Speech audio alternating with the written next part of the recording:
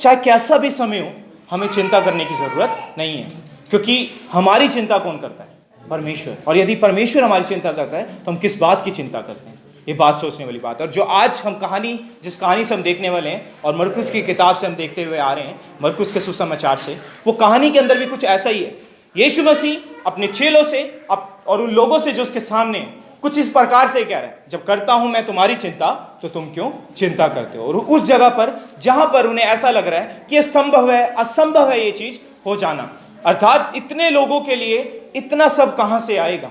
और इस कहानी को बहुत से बार आपने संडे स्कूल में सुना होगा, बहुत से बार आप लोगों को प्रचार में भी सुनने को मिला होगा, पर इस कहानी को मैं एक भिन्न तरीके से देखना। आखिर क्या था इस इवेंट के लिए जहां पर इस कहानी के अंदर यीशु मसीह को एक बहुत बड़ा दर्जा देकर रखा जाता है? मरकुस उस किताब के अंदर इस चीज को समझा रहा है। और जब हम उस कहानी पर जाएंगे, जो मरकुस उसके 6 अध्याय 30 से लेकर 44 पद तक हम देखने वाले हैं, तो हम बहुत सी बातों को वहां पर सीखेंगे कि यीशु मसीह के बारे में हम क्या सीखते हैं उस कहानी से, उस आश्चर्य कर्म से जो यीशु मसीह ने किया था। और मैं सारे को तो पढ़ने के लिए आपके सामने नहीं कहूंगा, तो बहुत समय लग जाएगा, किंतु मैं आप लोगों से इतना ही कहूंगा कि 30 पद आप में से कोई पद है 30 से लेकर 32 तक, फिर उसके बाद 35 पद और उसके बाद 44 पद के साथ हम समाप्त करें। 4 पुरुष थे। अब परमेश्वर के इस वचन की वो क्षणों को मैंने उठाया है जहां पर इस कहानी के विवरण दिया गया, जिसमें इस कहानी के सारांश में हमें देखने को मिलता है यीशु मसीह क्या कर रहे हैं यहाँ पर। पूरी कहानी मैं आपको इसलिए बताना चाहूंगा ताकि आप समझ सको। यहां पर परमेश्वर ने अपने चेलों को पहले कहीं पर भेजा था, अपने चेलों को, क्योंकि उसे लोगों पर दया आई, उसने अपने 12 चेलों को भेजा, जाओ 2-2 करके इस संसार में जाओ और मेरे नाम का क्या करो? प्रचार करो, और जो लोग बीमार उन्हें क्या दो? शिफा दो, और ये सब बात करो। अब यहां पर वो चेले वापस आ रहे हैं और परमेश्वर देखता है कि वो थक चुके हैं, उन्हें विश्राम की जरूरत है। फिर परमेश्वर को तरस नजर आता है, प्रभु कहता है कि एकांत जगह पर चले जाओ ताकि तुम जो थक चुके हो आराम कर पाओ। परमेश्वर को उनकी शारीरिक दुर्बलता की क्या है? चिंता है। यीशु मसीह को उनकी शारीरिक दुर्बलता की क्या है? चिंता है कि वो मनुष्य में इतना काम करने के बाद क्या हो चुके हैं? थक चुके हैं। वो ऐसा नहीं है कि वो उनको लगा कर रखे, अब तुम कर क्या हो, दोबारा काम में लग जाओ, नहीं। उनकी शारीरिक दुर्बलता को भी यीशु मसीह जानता था, उन पर तरस खाया। फिर भीड़ उसके पीछे आ रही है, अब भीड़ पर तरस खा रहा है। यहाँ पर लिखा गया है, यदि आपने पढ़ो 33 और 34 पद में, तो वहां पर लिखा है यीशु मसीह को उस भीड़ को देखकर उन पर क्या आया? तरस आया। और इसलिए तरस आया क्योंकि उसने उस भेड़ों को जो बिना चरवाहों के है देखा। क्योंकि उनको बहुत से चरवाहा जब भी बाइबल में आया तो वो किसी लीडर को दर्शाता है। लीडर तो थे, लोग उन्हें चराने लिए तो थे, वहां पर उन्हें उपदेश देने वाले बहुत से लोग थे, तब भी यीशु मसीह ये कह रहा है कि वो भेड़े बिना चरवाहे की थी, क्योंकि उन्हें अच्छा चरवाहा नहीं मिल पाया था। उन्हें कोई ऐसा नहीं मिल पाया था जो ऐसी तरस को उनके ऊपर दिखा सके जो यीशु मसीह यहाँ पर दिखा रहा है। और फिर उसके बाद 5000 की कहानी नजर आती है कि यीशु मसीह वहां पर बातचीत करता है कि वो चेले कहते हैं, प्रभु असंभव है इतने लोगों को खिलाना, क्योंकि यहाँ पर कुछ नहीं है और हमारे पास इतना पैसा भी नहीं है कि इन लोगों के लिए खाना भरपूर मात्रा में यहाँ पर उपलब्ध करवा सकें। तो उनको जाने दे कि अपने लिए क्या इकट्ठा करें, खाना इकट्ठा करें। पर यीशु मसीह ने अपने चेलों से कहा, तुम किस लिए हो, तुम इन्हें खाना दोगे? अजीब सा लगता है। और वो कहते हैं कि प्रभु क्या 2 दिनारी में हम खाना खरीदें? 2 दिनारी जो वहां पर शब्द आया है, 2 दिनारी कुछ इस प्रकार है, 8 महीने की वेजिस, आज के समय में अगर देखें 8 महीने की कमाई लगा देना। इतना पैसा लेकर वो कहां, तब भी पूर्ण नहीं होने वाला था, क्योंकि वहां पर 5000 सिर्फ पुरुष थे, वहां पर स्त्रियों की और बच्चों की गिनती नहीं की गई थी, और लगभग बहुत बड़ा क्राउड यहां पर था और इन लोगों को खिलाना असंभव था। तब यीशु मसीह ने पूछा, क्या है तुम्हारे पास? उन्होंने कहा 5 रोटी और कितनी मछली? 2 मछली हैं। तो परमेश्वर ने कहा उसे ले आओ, और मैं उसके लिए प्रार्थना करूंगा। प्रभु ने धन्यवाद करके तोड़ा और 5000 लोगों को पंक्ति में बिठाया और क्या कर दिया? खिला दिया। इस कहानी को बहुत बार सुना होगा। आइए देखते हैं इस कहानी को उस तरीके से जिस तरीके से मरकुस यहाँ पर इस कहानी को रखने की कोशिश कर रहे हैं। सबसे पहली बात, जब हमने मरकुस को शुरू किया था तो मैंने आपको बताया था, मरकुस उसका 1 अध्याय 1 पद इस प्रकार से कहता है, परमेश्वर के पुत्र यीशु मसीह का सुसमाचार। यीशु मसीह के बारे में, परमेश्वर का वो पुत्र है, यीशु मसीह का सुसमाचार है। परमेश्वर के पुत्र यीशु मसीह का सुसमाचार। यीशु मसीह किसका पुत्र है? परमेश्वर का। पर इस पूरी किताब में वो उसे परमेश्वर कर कर दिखाने के बजाय वो ऐसे दिखा रहा है कि परमेश्वर दीन हो गया, शून्य हो गया, इस पृथ्वी पर आया, जन्म लिया, हमारे बीच में डेरा किया, ताकि हम लोग आत्मिक तौर पर संतुष्ट हो सकें। शारीरिक तौर पर उसने लोगों की मदद की। किस प्रकार से हम देख रहे थे उस मसीह का पूरा अधिकार, किस प्रकार से उसने पीछे कुछ अध्यायों में जब मैं आपको समझाता आ रहा था, किस प्रकार से उसने आंधियों को थाम दिया, किस प्रकार से उसने कोढ़ियों को चंगा किया, शिफा दी, किस प्रकार से उसने मुर्दों को जिला दिया, ये सब बात किसने की? मसीह का। जिस बात का प्रमाण थे कि वो यीशु मसीह परमेश्वर है। वो यीशु मसीह कौन है? परमेश्वर है। ऐसी कोई आंधियों को थाम नहीं देता, ऐसी कोई आंधियों को डांट नहीं देता, ऐसी कोई मुर्दे को जिला नहीं देता। ये मसीह कुछ अद्भुत था और इस बात का प्रमाण था कि वो परमेश्वर है। तब भी परमेश्वर होने के बावजूद भी वो मनुष्यों के बीच में तो छीन आ गया। जब 6 अध्याय में आप आते हो तो उसके अपने ही लोगों ने उसे स्वीकार नहीं किया, अर्थात उस पर विश्वास नहीं किया, उसे अपने नगरों से निकाल दिया। वो 3 हो गया। क्यों हो गया? उस तरस के कारण जो उसका हम पर था, उस तरस के कारण जो हमें देख रहा था। उन लोगों पर भी जो 5000 की भीड़ खिलाई गई थी, जिनको खिलाया गया था खाना, सिर्फ एक ही कारण था जिसके कारण वो 5000 लोग को खाना दिया गया, वो था यीशु मसीह का तरस। और जो चेलों को जो इतना अपना परिश्रम लगाकर आया मनुष्य में, उनकी चिंता करना कि उन्हें आराम की जरूरत है, एकांत में चले जाओ, ये भी परमेश्वर के किसको दिखाती है? यीशु मसीह के तरस को दिखाती है। आज जो हम देखने वाले इस पूरे अध्याय से वो ये है। और आज का विषय जिसे मैं अगर एक लाइन में लाना चाहूँ तो होगा यीशु के तरस भरा हृदय, यीशु का तरस भरा हृदय, यीशु मसीह का तरस से भरा हुआ मन। उस चीज को हम इस अध्याय के अंदर देखने वाले हैं कि यीशु मसीह ने आखिर किस प्रकार से उस तरस को दिखाया। जहां भी हम देख रहे हैं उनके चेलों को सेंड करना, क्यों उसने चेलों को भेजा था? वो लोगों पर तरस खा रहा था। फिर उसके बाद हम एक कहानी देखते हैं यूहन्ना की, इसके बीच में ही 6 अध्याय इसके 14 से लेकर 29 पद तक, वहां भी ये दिखाया जाता है कि यीशु मसीह को तरस था, इसलिए उसने आज्ञाकारिता में उन्हें जीने के लिए कहा था, जो हम पिछली बार देख रहे थे। और उसके बाद जब हम इस कहानी पर आते हैं तो परमेश्वर फिर से यीशु मसीह के बारे में और मरकुस यही सिखाता है कि यीशु मसीह का तरस भरा हृदय उन लोगों के प्रति जो भूखे थे, और अपने चेलों से कहता है इनको खाने के लिए। तो कितना ज़रूरी है मेरे और आपके लिए उस हृदय में जीना जो यीशु मसीह का था, उस तरस में जीना जो यीशु मसीह का था। और मेरे प्रियो, वो तरस सिर्फ ऐसा तरस नहीं था जैसे राह चलते हुए आप किसी व्यक्ति के ऊपर करते हो। हम सोचते हैं कि तरस वो है जैसे हम राह में चल रहे हैं, हमने कहा उसके बदन पर कपड़ा नहीं है, अरे वो व्यक्ति ठंड में तड़प रहा है, वो सिर्फ तरस है। तरस जब बढ़ जाता है आपको मजबूर करता है उस बैठे हुए उस ठंड में तड़पते हुए व्यक्ति को कंबल देने के लिए, क्योंकि उसको उसकी क्या है? ज़रूरत है। तरस आपको पढ़ाता है उसकी मदद करने के लिए। और यीशु मसीह के साथ कुछ ऐसा ही हुआ। जो भी उसने तरस खाया उसने उनकी मदद के लिए क्या हुआ? अग्रसर हुआ। आखिर क्यों ये तरस इतना महत्वपूर्ण बन जाता है? क्यों मैं इस तरस के ऊपर इतना फोकस कर रहा हूँ? क्योंकि ये तरस दिखाता है कि आप प्रभु यीशु मसीह पर विश्वास करते हो नहीं करते। जी हाँ, जब मैं कह रहा हूँ कि तरस दिखाता है कि आप यीशु मसीह पर विश्वास करते हो नहीं, यदि आपका विश्वास सच्चा है तो इस तरस को आपको उत्पन्न करना नहीं पड़ता, इस हेल्प को आपको अपने अंदर से उत्पन्न करना नहीं पड़ता, ये अपने आप से निकल कर आता है, क्योंकि आप यीशु मसीह पर क्या करते हो? विश्वास करते हो। कितनी बार हमने सुना है विश्वास ही के द्वारा हमारा क्या है? उद्धार है। पर अगर विश्वास में गड़बड़ी है तो उद्धार का रास्ते में हम अभी नहीं आए। और अगर विश्वास है तो ये तरस अपने आप निकल कर आएगा। फिर उसके बाद करेज हम देखेंगे, अभी कंपैशन देख रहे हैं, फिर करेज आगे के अध्याय में देखेंगे जब मैं जाऊँगा, और उसके बाद केयर, किस प्रकार से यीशु मसीह की केयर वहाँ पर नजर आती है। परंतु अभी हम तरस पर हैं, आइए इस तरस को देखने पाएँ जो यीशु मसीह का हृदय जो तरस से भरा हुआ था। सबसे पहले क्या था वो यीशु मसीह का तरस?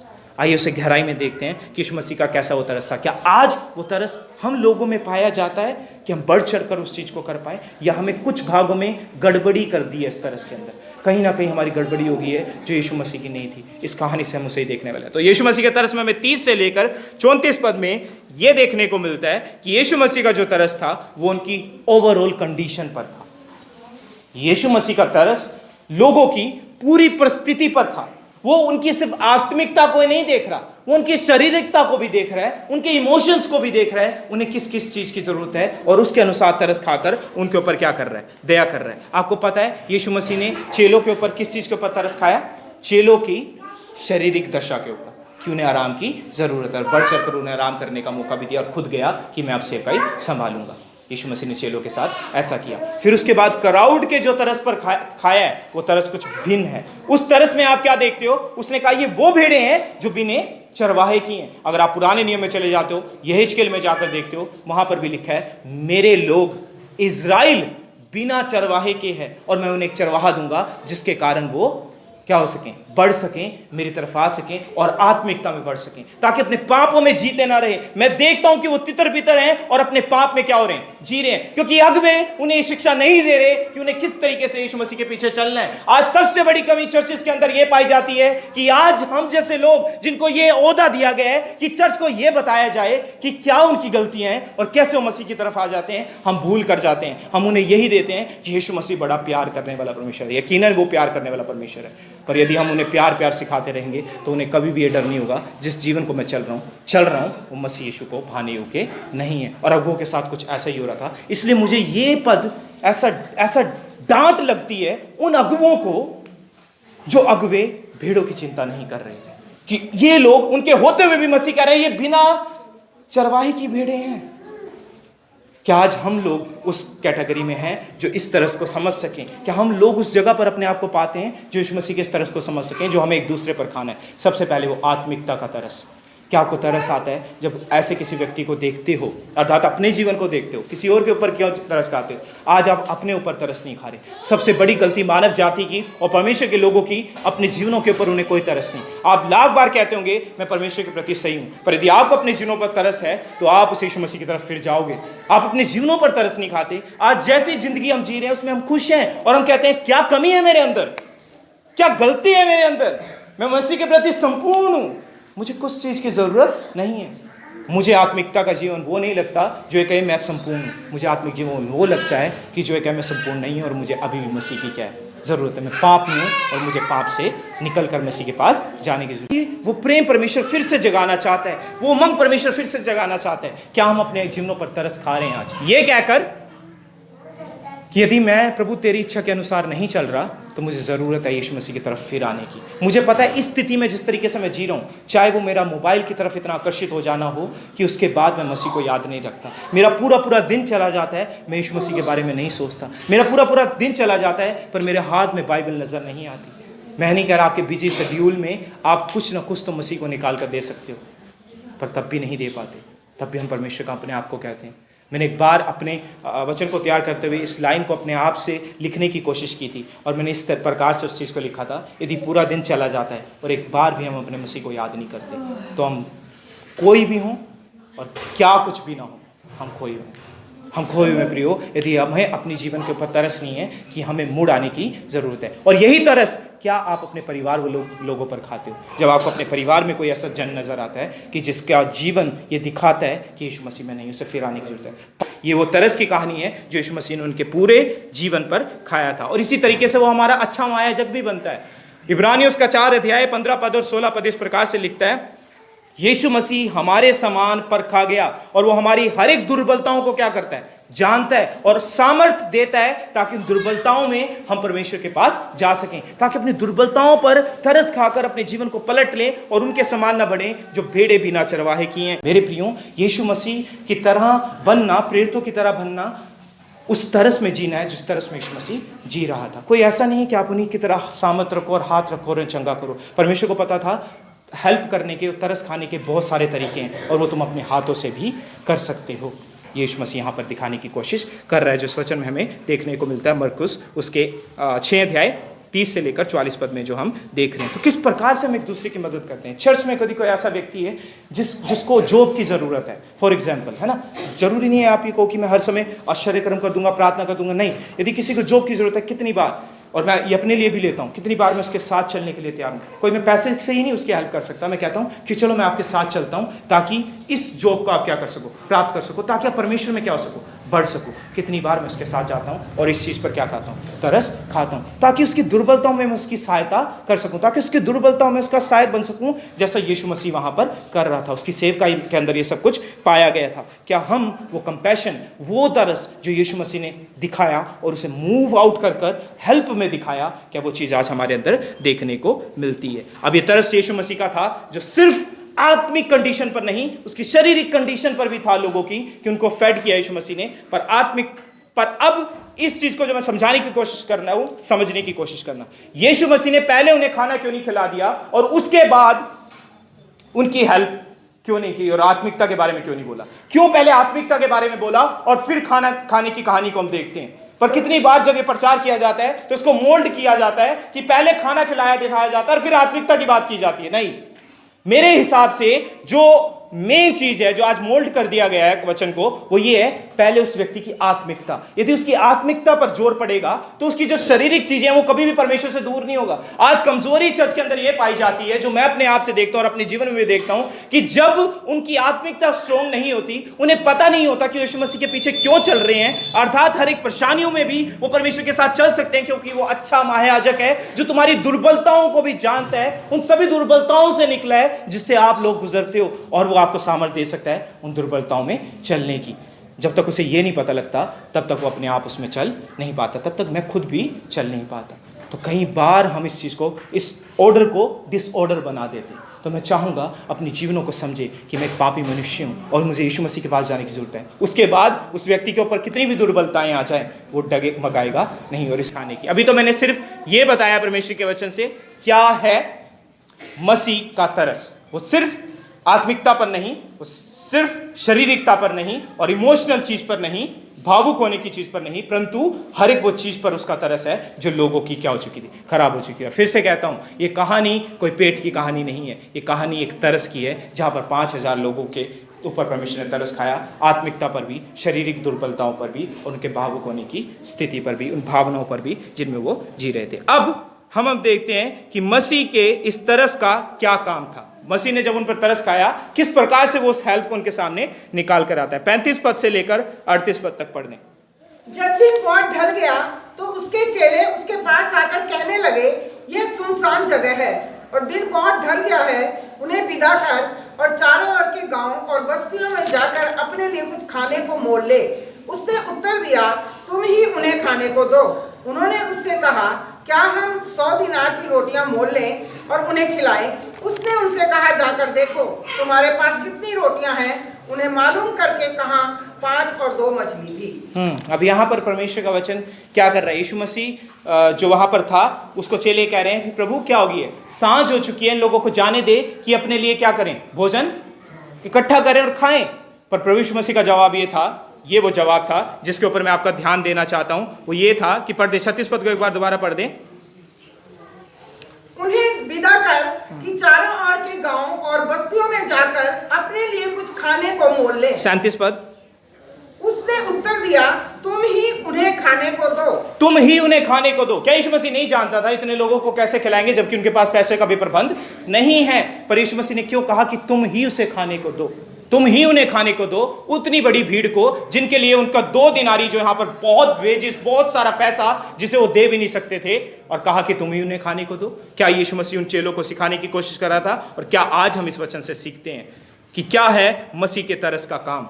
मसीह का तरस कुछ ऐसा नहीं था कि उसने तरस खाया व्यक्ति पर कि इन्हें जरूरत है आत्मिकता में, शारीरिकता में, और छोड़ दिया, परंतु बढ़ चढ़ कर यह कहा कि तुम्हारी रिस्पॉन्सिबिलिटी है। यीशु मसीह जो करने वाला था उसे पता था, 5000 की भीड़ को कैसे खिलाने वाला था वो यीशु मसीह को पता था, पर यीशु मसीह उनकी रिस्पॉन्सिबिलिटी उन्हें समझाने की कोशिश कर रहा है। ये तुम्हारा कर्तव्य है कि तुम इन लोगों के हर एक प्रबंध की तरफ नजर डालो। आज हम लोग जब अपने आप को पाते हैं तो हमें ये जरूर समझने की जरूरत है कि मसीह के तरस का काम से तरस खाना नहीं, परंतु बढ़ चढ़ कर उसे करने की जरूरत है। और फिर यीशु मसीह ने जो किया वो एक और चीज हमें यहाँ पर देखने को मिलती है। यकीनन यीशु मसीह ने अपने ईश्वरत्व में, अपने प्रभुता में एक आश्चर्य कर्म किया कि वहां पर कुछ था और उससे कुछ बना दिया। क्या था वो? आप पूरी कहानी में देखते हो कि वहां पर कितनी रोटियां थी?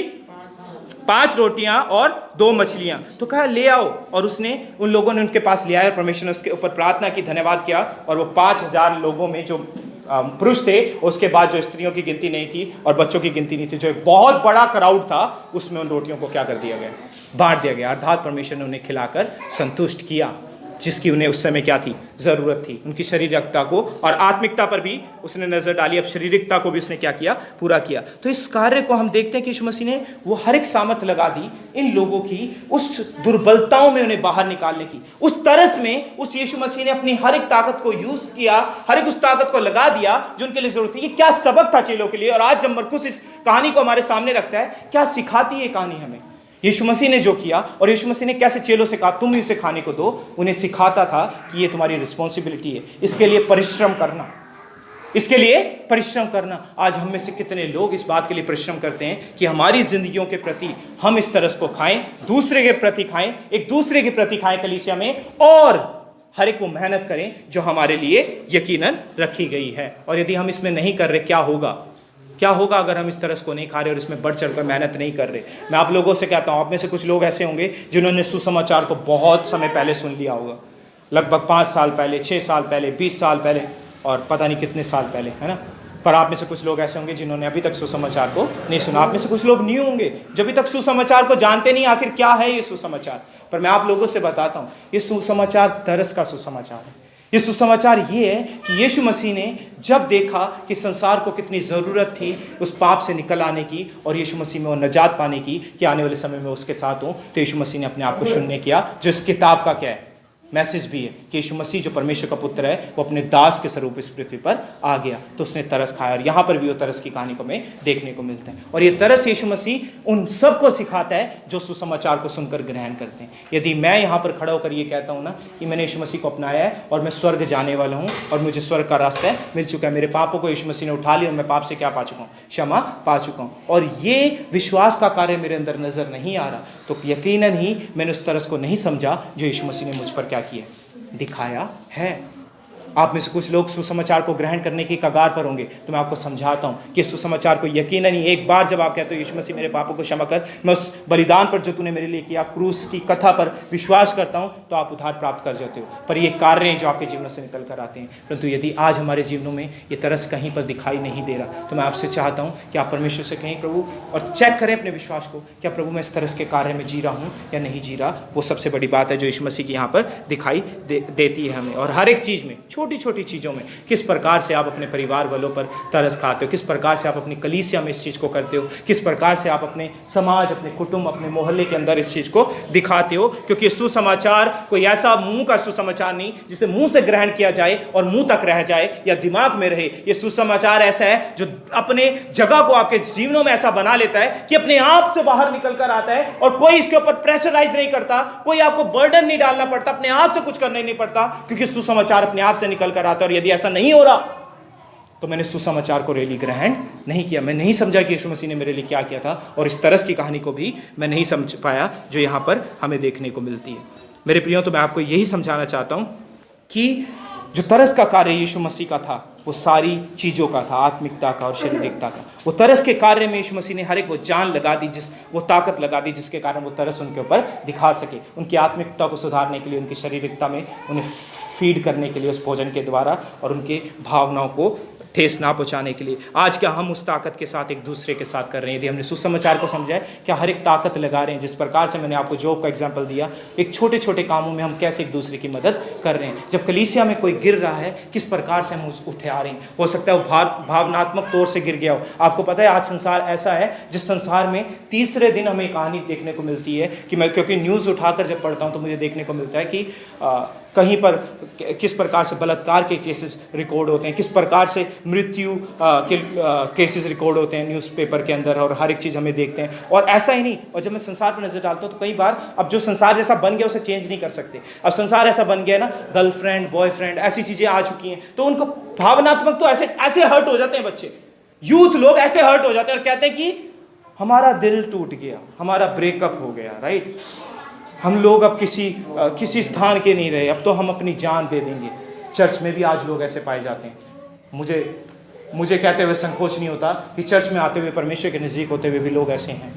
पर किस प्रकार से आप ऐसे टूटे हुए लोगों को संभालते हो? क्या यीशु मसीह ने अपनी मिनिस्ट्री में ऐसा किया था? जी हाँ, उसने किया था। उद्धार का सुसमाचार ये है कि ऐसे लोगों तक पहुंच जाना। और कुछ लोग अपने जीवन को अपने आप से, अपने हिसाब से जी रहे हैं और अपने पापों में बने हुए। किस प्रकार से आप उनके ऊपर तरस खाते हो और समझते हो कि एक पल मैं भी वहाँ पर था।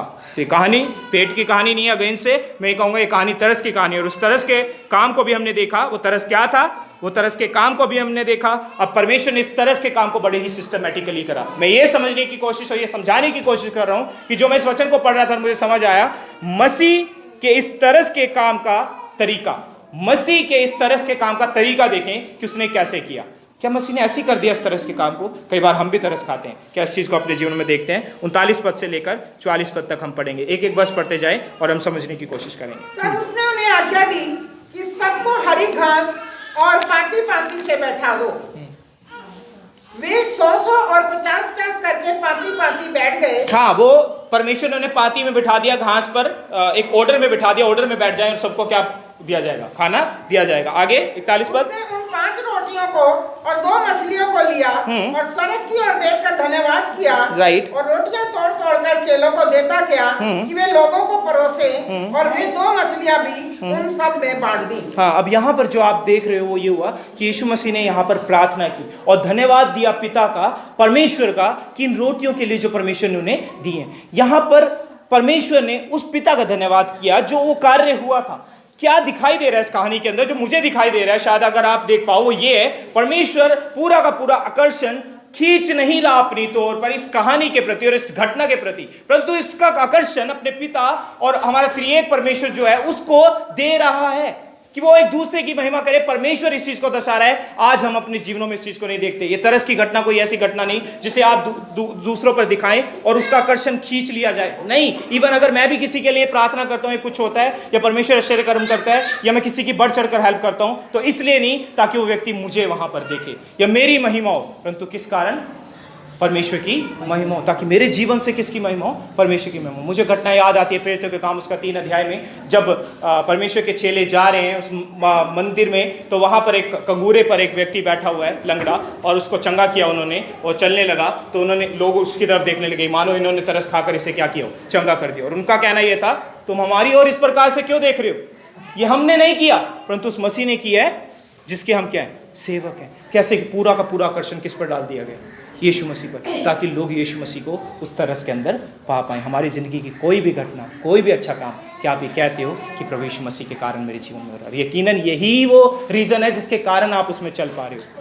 और यीशु मसीह की तरफ क्या हम उसको फेर देते हैं, क्योंकि वही ये चीज़ बताता है। और इस कहानी का मतलब, फिर से उस चीज़ को और समाप्त करूंगा इसे कहकर, ये कहानी एक तरस की कहानी है। क्या वो तरस था यीशु मसीह का? तरस यीशु मसीह का उस सारी घटनाओं पर, उस सारी स्थिति पर था, आत्मिकता पर, कि कैसे वो पाप से निकल कर आ सके, कैसे वो भेड़े बिना चरवाहों की हैं, और वो चरवाहे होते हुए भी, जो यहूदी लोग और जो धर्म अगुए थे, वो लोगों के होते हुए भी परमेश्वर उन्हें क्या कह रहा है? ये भेड़े बिना चरवाहों की हैं। यानी कि उनकी रिस्पॉन्सिबिलिटी के ऊपर एक डांट थी यीशु मसीह की उन लोगों को कि ये भेड़े बिना चरवाहे की, यानी कि वो उन्हें आत्मिकता की तरफ नहीं लेकर जाते। उन पर भी तरस खाया। उस चीज को भी परमेश्वर यहाँ पर दिखा रहा है। जब हम दूसरे गोस्पल में, दूसरे सुसमाचार के गोस्पल में, यूहन्ना में देखेंगे, मैं उसकी तरफ लेकर जाऊंगा, उस चीज को भी समझेंगे और फिर उनकी शारीरिक जरूरतों को भी पूरा किया। कैसे चेलों को कहा जब उन्हें विश्राम की जरूरत थी, तुम अभी कर कर आया सेवकाई, एकांत में चले जाओ, विश्राम प्राप्त करो, है ना? उनके ऊपर भी तरस खाया। और उसके बाद ये तरस की हमने देखा दूसरे पॉइंट में, मसीह में तरस का क्या काम था? हर एक शक्ति लगा देना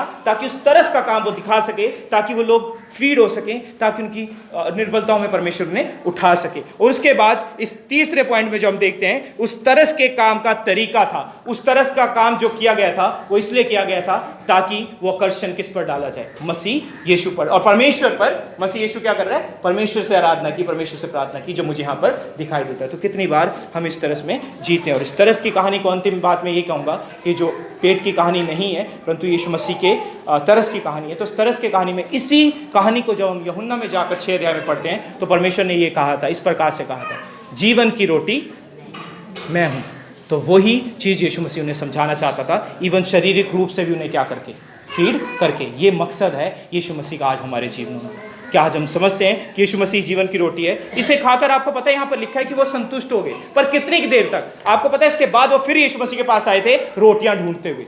संतुष्ट रहे कितनी देर तक? कुछ देर तक। और उन्होंने इस चीज को नहीं समझा था। ये बात का दावा मैं इसलिए कर सकता हूँ, यदि आप मरकुस उसका 6 अध्याय 52 पद में पढ़ोगे तो वहां पर इस प्रकार से लिखा है, वे उन रोटियों के विषय में ना समझे थे क्योंकि उनके मन कठोर हो गए थे। वो नहीं समझे थे कि ये रोटियां जो उन्हें मिली हैं किस तरफ संकेत कर रही हैं। वो यीशु मसीह की तरफ संकेत कर रही हैं कि वो जीवन की रोटी है। इस चीज़ को तो तुम्हारी पूरा करता है, पर महत्वपूर्ण चीज़ है कि जो आत्मिक चीज़ है, जो आत्मिक रोटी यीशु मसीह हमारी है, यदि उसके पास आप आओगे तो कभी भी असंतुष्ट नहीं होगी। आपकी संतुष्टि यीशु मसीह होगी, जिसमें आपको हमेशा आनंद होगा। इवन कुछ क्षण पर यदि घटी हो भी जाए तो आपके लिए संतुष्टि का कारण कौन होगा? यीशु मसीह होगा। आज आप में से कुछ लोग परमेश्वर के अगुवे होंगे, आज आप में से कुछ लोग परमेश्वर के इस भवन में आए होंगे एक विश्वासी के तौर पर। मैं आप लोगों से ये कहना चाहता हूँ कि यीशु मसीह ही वो जीवन की रोटी है जो आपके लिए संतुष्टि का कारण बन सकती है, जो मेरे लिए संतुष्टि का कारण है। सेवकाई में रहते हुए मुझे बहुत उतार और चढ़ाव देखने पड़ते हैं। आपको भी अपने जीवनों में, अपने घर परिवार में रहते हुए बहुत से उतार और चढ़ाव देखने पड़ते होंगे, पर उस समय यदि कोई जीवन की रोटी है जो हमेशा संतुष्ट कर सकता है, वो सिर्फ यीशु मसीह, उसके अलावा कोई नहीं। तो कितनी बार हम इस कहानी को तरस की कहानी सोचते हुए, ये समझते हुए कि जो बड़ा तरस हमारे ऊपर खाया गया यीशु मसीह के तौर पर, हम उसे समझते हैं कि हम अपने पापों में हैं और यदि अपने पापों में बने रहे तो कभी भी यीशु मसीह के पास नहीं जाते। यदि आज मैं मर जाऊं तो कहाँ होऊंगा, मेरी क्या है मेरी डेस्टिनी? और यदि मैं समझता हूं कि मेरी डेस्टिनी यीशु मसीह के कारण है, तो मैं समझता हूं कि यीशु मसीह मेरी जीवन की रोटी है और अंत के समय में उसके पास पहुंच पाऊंगा। पर यदि आज मैं इस तरस में नहीं जी रहा, ना ही अपने जीवन के ऊपर तरस खा रहा हूं, किस प्रकार से मैं अपने फ़ोन को यूज़ कर रहा हूं, किस प्रकार से मैं अपने फ्रेंड्स लोगों के साथ हूं, किस प्रकार से मैं अपने घर से बाहर जाता हूं जब मेरे माँ बाप मेरे साथ नहीं होते, क्या मैं वो चीज़ें करता हूं? क्या मसीह का थॉट, मसीह का विचार एक बार भी मेरे मन में आता है? और यदि नहीं आता तो मैं आज भी उस सुसमाचार को नहीं समझा। आज भी ज़रूरत है मुझे एक ही चीज़ की, जो मैंने दूसरा इतिहास उसका 7 अध्याय 14 पद, जब हमने कन्फेशनल वर्स को पढ़ा था कि जब पश्चाताप की तरफ हम गए थे, क्या था? यदि आज भी मेरे प्रजा के लोग दीन होकर मुझसे प्रार्थना करें, आज मुड़ आए, मैं उनके पाप को क्षमा करूंगा और उनके देश को त्यों का त्यों कर दूंगा। पर एक कंडीशन थी कि अपने बुरी चाल से फिरें। आइए हम प्रार्थना करें, परमेश्वर के पास जाएं और कहें कि प्रभु तू ही है जो जीवन की रोटी है, जिसके कारण हम तेरे नज़दीक आए हैं, जिसके कारण हम संतुष्टि तुझ में पाते हैं, और यीशु मसीह के अलावा वो कोई नहीं। और वो बड़ा तरस जो यीशु मसीह ने क्रूस पर खाया हम समझते हैं। आइए हम प्रार्थना करें। महान सामर्थ्य परमेश्वर, हम इस तरस की कहानी पर जब नज़र डालते हैं प्रभु, हम समझते हैं कि यीशु मसीह में हम क्या पाते हैं। वो संतुष्टि जो संसार हमें नहीं देता, वो संतुष्टि जो हमारा पाप हमें नहीं देता। प्रभु जब हम पाप में जाते हैं तो हम अपनी संतुष्टि को ढूंढते हैं, अपने दिल के परमेश्वर अपने दिल में एक संतुष्टि पाना चाहते हैं, पर हम उस चीज़ को प्राप्त नहीं कर पाते। और प्रभु जब हम उसमें खो जाते हैं तो तब भी हमारे पास एक ही रास्ता बचता है, वो है यीशु मसीह। होने दे प्रभु इस तरस की घटना में जब हमने देखा है कि मसीह का तरस क्या था, हम उस चीज़ तरस को खा सके अपने जीवनों पर और दूसरों के जीवनों पर प्रभु, ताकि उस तरस के काम में परमेश्वर हम चल पाए प्रभु, और तरीके से चल पाए कि वो तरस का काम यीशु मसीह की तरफ अंकित करता है कि हम यीशु मसीह की तरफ चले जाएं प्रभु। ये कहानी कोई पेट की कहानी नहीं, ये कहानी वो तरस की कहानी है जिसे आज हम यीशु मसीह में पाते हैं प्रभु। होने दे प्रत्येक व्यक्ति इस चीज़ को समझे, तेरे नज़दीक आए प्रभु, और हर एक व्यक्ति पश्चाताप के साथ तेरे नज़दीक आए, ताकि अपने जीवनों में बदलाव देख सके जो सुसमाचार लेकर आता है, और जो सिर्फ पवित्र आत्मा हमारे जीवनों में कार्य कर कर हमें मसीह यीशु जैसा बनने की कोशिश करता है प्रभु, और हमारी मदद करता है प्रभु। होने दे प्रत्येक व्यक्ति के साथ हो, ताकि प्रत्येक व्यक्ति इस चीज़ को समझे और तेरे राज्य में बढ़ने वाला हो सके। कलीसिया प्रभु तेरी महिमा का कारण हो प्रभु, और ये कलीसिया बढ़ चढ़कर तेरे कार्य में और तेरे तरस के कार्य में बढ़ती चली जाए, जबकि हम दोबारा मिलते हैं। प्रार्थना उद्धार करता प्रभु यीशु मसीह के नाम से मांगते हैं, आमीन। हालेलुया।